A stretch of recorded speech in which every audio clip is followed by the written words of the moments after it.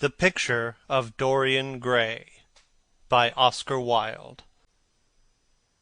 Chapter 13.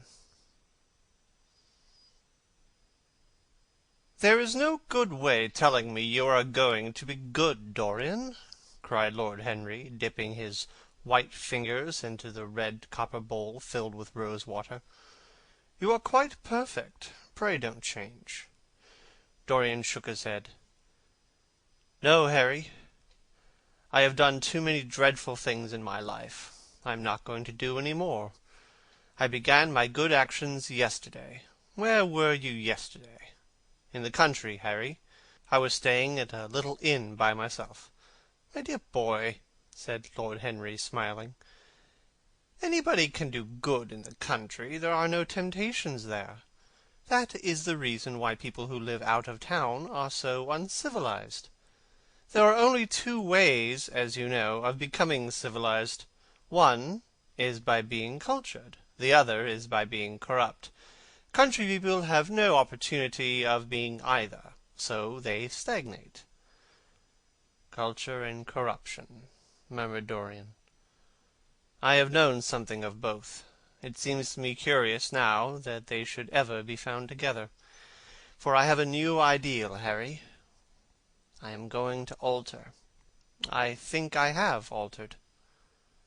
"You have not told me what your good action was. Or did you say you had done more than one?" "I can tell you, Harry. It is not a story I could tell to anyone else. I spared somebody. It sounds vain, but you understand what I mean. She was quite beautiful, and wonderfully like Sibyl Vane. I think it was that which first attracted me to her. You remember Sibyl, don't you? How long ago that seems! Well, Hetty was not one of our own class, of course. She was simply a girl in a village, but I really loved her. I am quite sure that I loved her. All during this wonderful May that we have been having, I used to run down and see her 2 or 3 times a week. Yesterday she met me in a little orchard.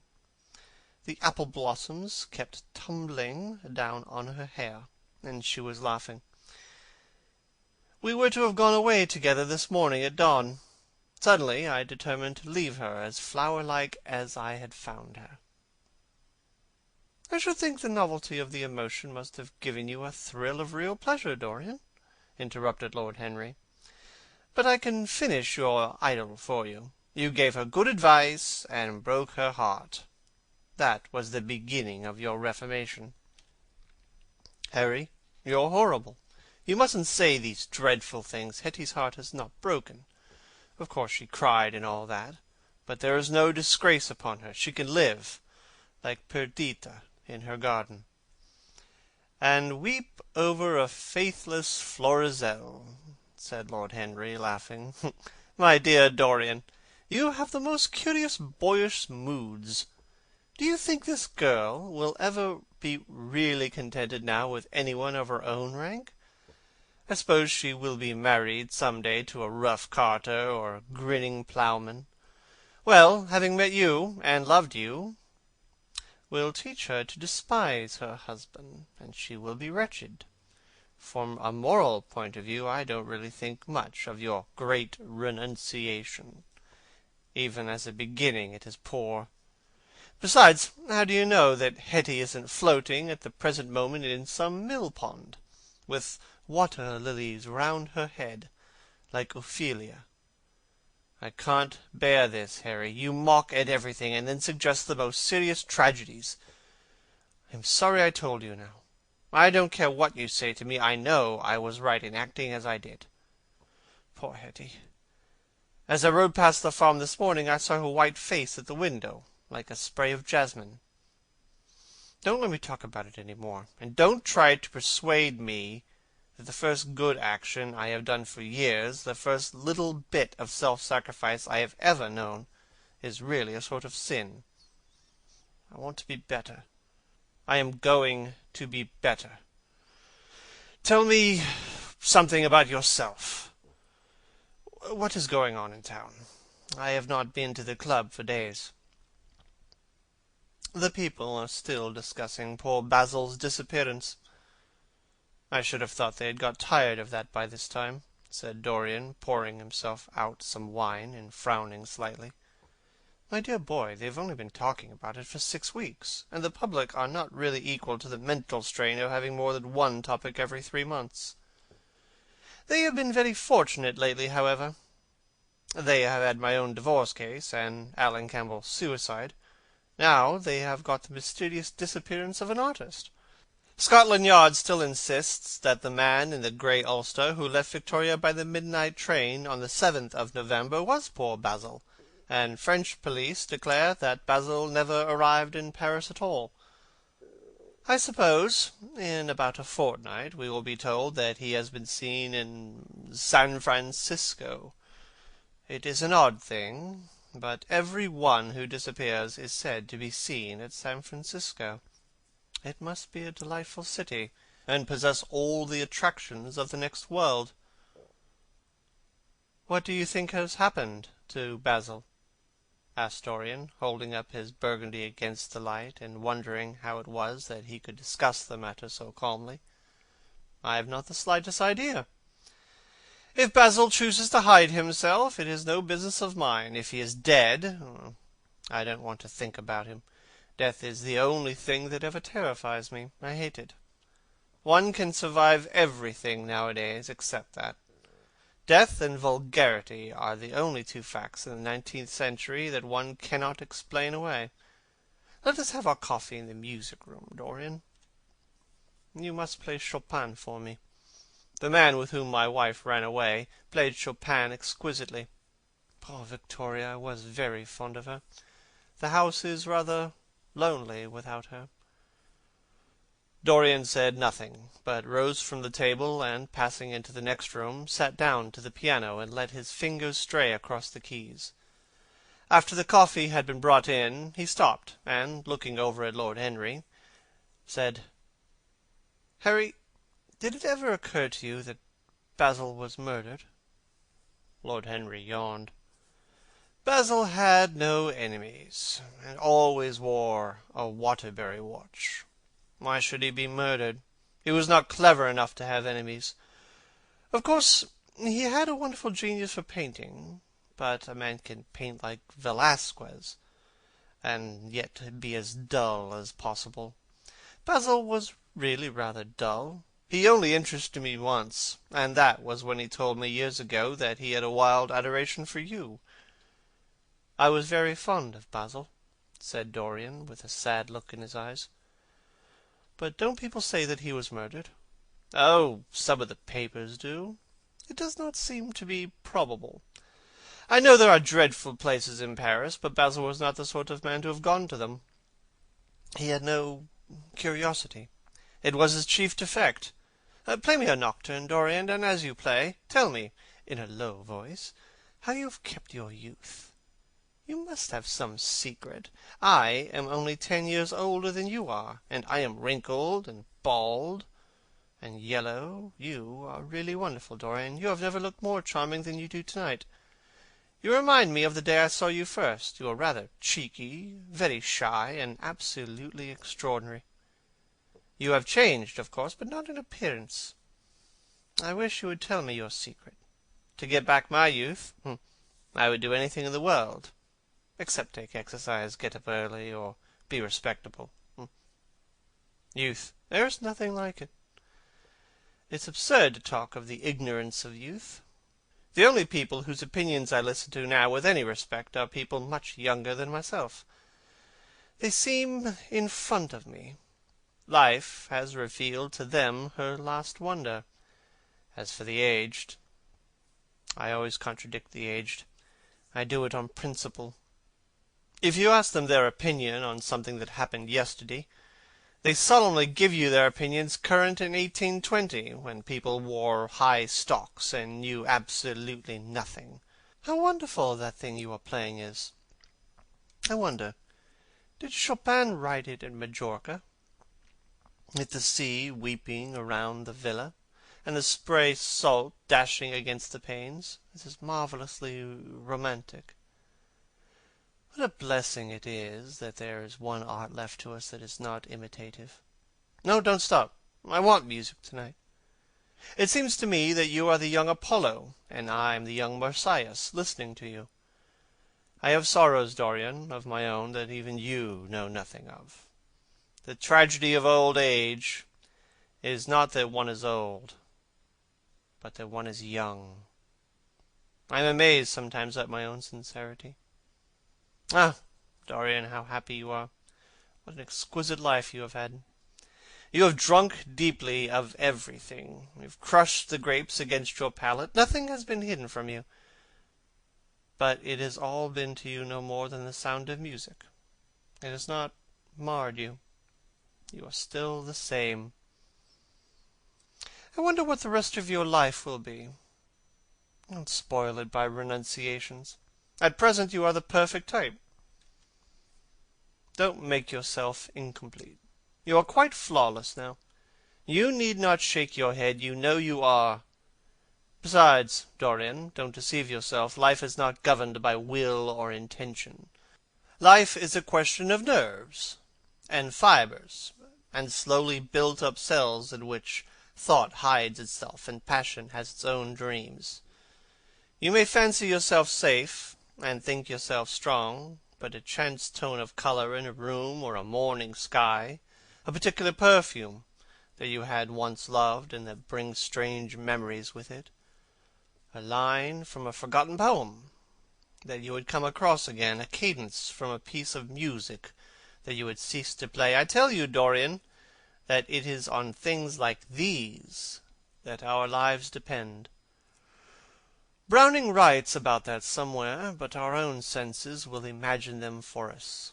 There are moments when the odor of heliotrope passes suddenly across me, and I have to live the strangest year of my life over again. I wish I could change places with you, Dorian. The world has cried out against us both, but it has always worshipped you. It always will worship you. You are the type of what the age is searching for, and what it is afraid it has found. I am so glad that you have never done anything, never carved a statue, or painted a picture, or produced anything outside of yourself. Life has been your art. You have set yourself to music. Your days have been your sonnets. Dorian rose from the piano and passed his hand through his hair. Yes, life has been exquisite, he murmured. But I'm not going to have the same life, Harry. And you must not say these extravagant things to me. You don't know everything about me. I think that if you did, even you would turn from me. Oh, you laugh. Don't laugh. Why have you stopped playing, Dorian? Go back and play the nocturne over again. Look at that great honey-coloured moon that hangs in the dusky air. She's waiting for you to charm her. And if you play, she will come closer to the earth. You won't? Let us go to the club, then. It has been a charming evening, and we must end it charmingly. There is someone who wants immensely to know you. Young Lord Poole, Bournemouth's eldest son. He has already copied your neckties, and has begged me to introduce him to you. He is quite delightful, and rather reminds me of you. I hope not, said Dorian, with a touch of pathos in his voice. But I am tired tonight, Harry. I won't go to the club. It is nearly 11, and I want to go to bed early. Do stay. You have never played so well as tonight. There was something in your touch that was wonderful. It had more expression than I have ever heard from it before. It is because I am going to be good, he answered, smiling. I am a little changed already. Don't change, Dorian. At any rate, don't change to me. We must always be friends. Yet you poisoned me with a book once. I should not forgive you that. Harry, promise me that you will never lend that book to anyone. It does harm. My dear boy, You are really beginning to moralize. You will soon be going about warning people against all the sins of which you have grown tired. You're much too delightful to do that. Besides, it is no use. You and I are what we are, and will be what we will be. Come round to-morrow. I am going to ride at 11, and we might go together. The park is quite lovely now. I don't think there have been such lilacs since the year I met you. Very well, I will be here at 11, said Dorian. Good night, Harry. As he reached the door, he hesitated for a moment, as if he had something more to say. Then he sighed and went out. It was a lovely night, so warm that he threw his coat over his arm, and did not even put his silk scarf round his throat. As he strolled home, smoking his cigarette, 2 young men in evening dress passed him. He heard one of them whisper to the other, "That is Dorian Gray." He remembered how pleased he used to be when he was pointed out, or stared at, or talked about. He was tired of hearing his own name now. Half the charm of the little village where he had been so often lately was that no one knew who he was. He had told the girl whom he had made love him that he was poor, and she had believed him. He had told her once that he was wicked, and she had laughed at him, and told him that wicked people were always very old and very ugly. What a laugh she had, just like a thrush singing. And how pretty she had been in her cotton dresses and her large hats. She knew nothing, and she had everything that he had lost. When he reached home, he found his servant waiting up for him. He sent him to bed, and threw himself down on the sofa in the library, and began to think over some of the things that Lord Henry had said to him. Was it really true that one could never change? He felt a wild longing for the unstained purity of his boyhood, his rose-white boyhood, as Lord Henry had once called it.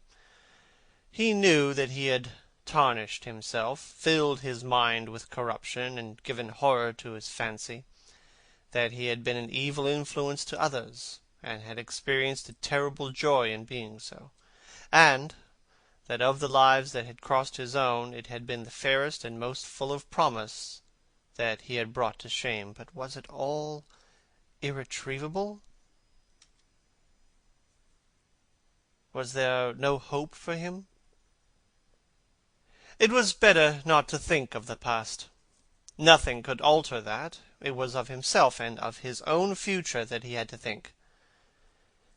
Alan Campbell had shot himself one night in his laboratory, and had not revealed the secret that he had been forced to know. The excitement, such as it was, over Basil Hallward's disappearance would soon pass away. It was already waning. He was perfectly safe there, nor, indeed, was it the death of Basil Hallward that weighed most upon his mind.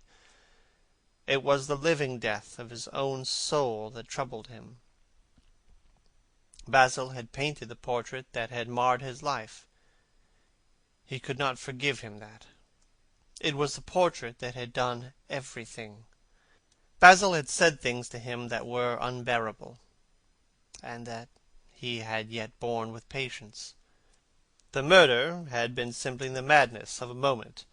As for Alan Campbell, his suicide had been his own act. He had chosen to do it. It was nothing to him. A new life. That was what he wanted. That was what he was waiting for.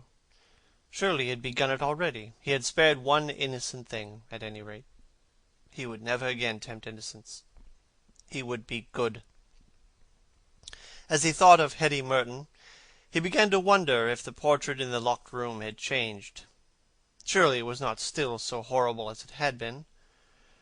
Perhaps if his life became pure, he would be able to expel every sign of evil from the face. Perhaps the signs of evil had already gone away. He would go and look. He took the lamp from the table, and crept upstairs. As he unlocked the door, a smile of joy flitted across his young face, and lingered for a moment about his lips.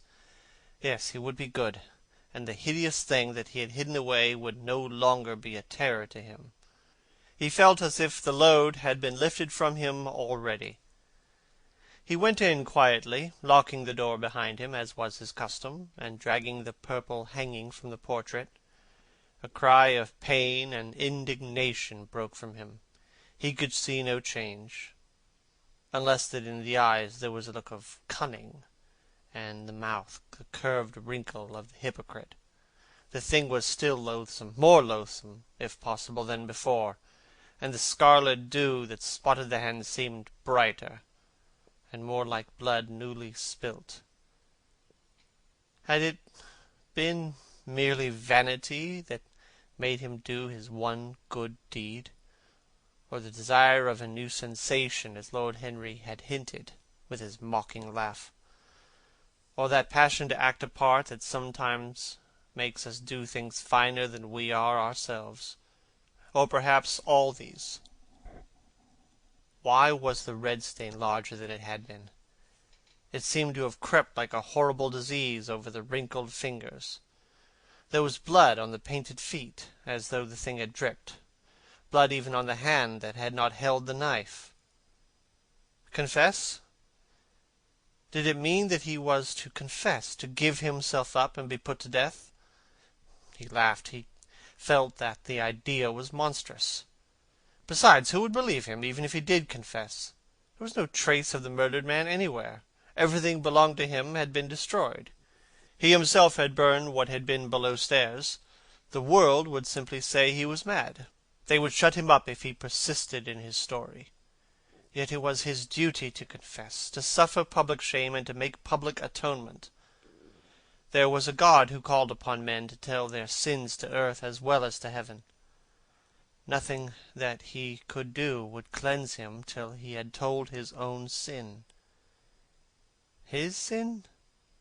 He shrugged his shoulders. The death of Basil Hallward seemed very little to him. He was thinking of Hetty Merton. It was an unjust mirror, this mirror of his soul that he was looking at. Vanity, curiosity, hypocrisy. Had there been nothing more in his renunciation than that? There had been something more, or at least he thought so, but who could tell? And this murder, was it to dog him all his life? Was he never to get rid of the past? Was he really to confess? No. There was only one bit of evidence left against him. The picture itself. That was evidence. He would destroy it. Why had he kept it so long? It had given him pleasure once to watch it changing and growing old. Of late he had felt no pleasure. It had kept him awake at night. When he had been away, he had been filled with terror lest other eyes should look upon it. It had brought melancholy across his passions. Its mere memory had marred many moments of joy. It had been like conscience to him. Yes, it had been conscience. He would destroy it. He looked around and saw the knife that had stabbed Basil Hallward. He had cleaned it many times, till there was no stain left upon it. It was bright, and it glistened. As it had killed the painter, so it would kill the painter's work, and all that meant. It would kill the past, and when that was dead he would be free. He seized it, and stabbed the canvas with it, ripping the thing right up from top to bottom. There was a crash heard, and a cry. The cry was so horrible in its agony that the frightened servants woke, and crept out of their rooms. Two gentlemen, who were passing in the square below, stopped, and looked up at the great house. They walked on till they met a policeman, and brought him back. The man rang the bell several times, but there was no answer. The house was all dark, except for a light in one of the top windows. After a time he went away, and stood in the portico of the next house, and watched. "Whose house is that, constable?" asked the elder of two gentlemen. "Mr. Dorian Gray, sir." They looked at each other as they walked away, and sneered. One of them was Sir Henry Ashton's uncle. Inside, in the servants' part of the house, the half-clad domestics were talking in low whispers to each other. Old Mrs. Leaf was crying and wringing her hands. Francis was as pale as death. After about a quarter hour, he got the coachman and one of the footmen and crept upstairs. They knocked, but there was no reply. They called out. Everything was still. Finally, after vainly trying to force the door, they got on the roof and dropped down on to the balcony. The windows yielded easily. The bolts were old.